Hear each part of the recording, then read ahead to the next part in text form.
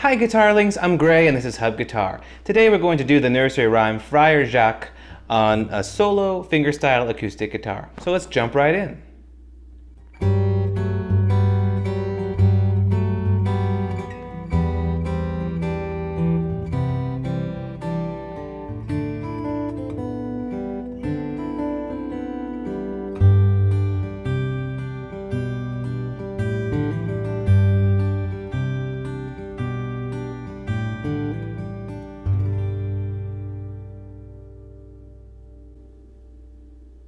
So right at the beginning we've got a G major chord with a G in the melody. I decided to make that into a G major 7th to give it a little bit more flavor.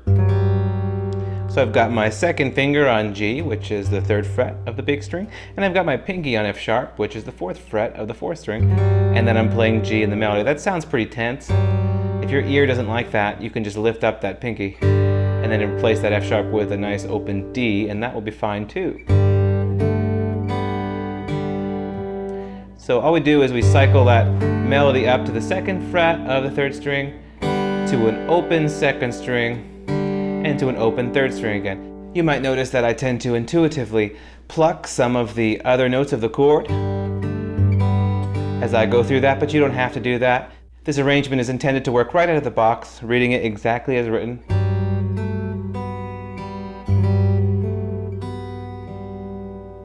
In measure 2 we've got an E minor. We just need to get one finger on the 2nd fret of the 4th string. And it's nice to use your middle finger because then you can use your index and pinky to get the other 2 notes of that measure. If you use the wrong finger there, you have to kind of lift up and notes start dying. As a general rule, when you're playing solo fingerstyle guitar, you want notes to have a longer lifespan. So index finger on the 1st fret of the 2nd string, and then pinky on the 3rd fret of the 2nd string. And if measure 4 actually could have gone exactly the same way if we wanted, but I decided let's change that chord to C major. So I'm actually using the same 2 fingers to play that upper melody. I'm using my ring finger on the 3rd fret of the 5th string and my middle finger on the 2nd fret of the 4th string. And there's my little melody. Going on to measure 5. Notice that I like to keep a finger down for as long as possible. So I keep my middle finger on the 2nd fret of the 3rd string for most of that measure.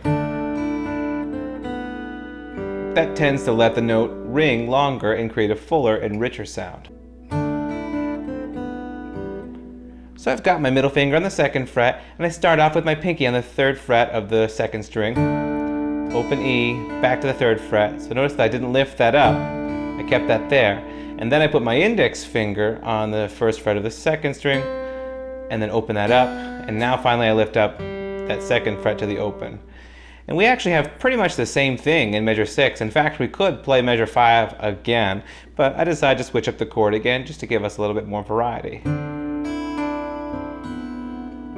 Notice that I do that again. Once I put my 3rd finger on the 5th fret of the 3rd string, I keep it there for almost the entire measure.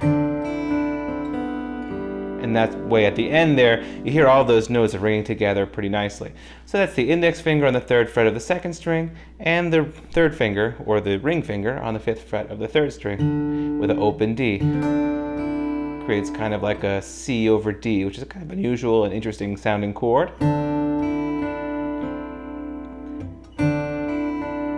then I start to lift that up before going to measure 7. So measure 7 and 8 sounds kind of reminiscent of almost every song from the 90s. And that's the ding dong ding, ding dong ding that's happening in the lyrics with a little bit of a chord progression going underneath it.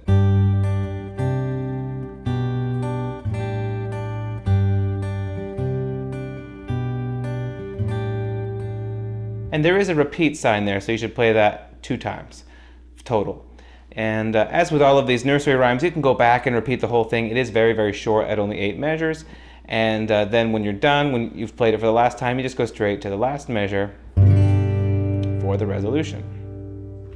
So this would be useful as a solo guitar arrangement, maybe a little bit of a filler material. You could quote this song if you were playing in the key of G, if you're doing a solo guitar set later on as you You get more advanced and now you're a gigging solo guitar musician. You can bring in some little echoes of these familiar melodies into your playing. You could play it for kids, you know. Or if you want to do a sing-along with the kids, you can play this so that they can hear the melody note. If you're playing the melody note on top, it's going to help people sing along because they're going to be able to hone in on the melody. So that's it for Frère Jacques. Thanks for watching.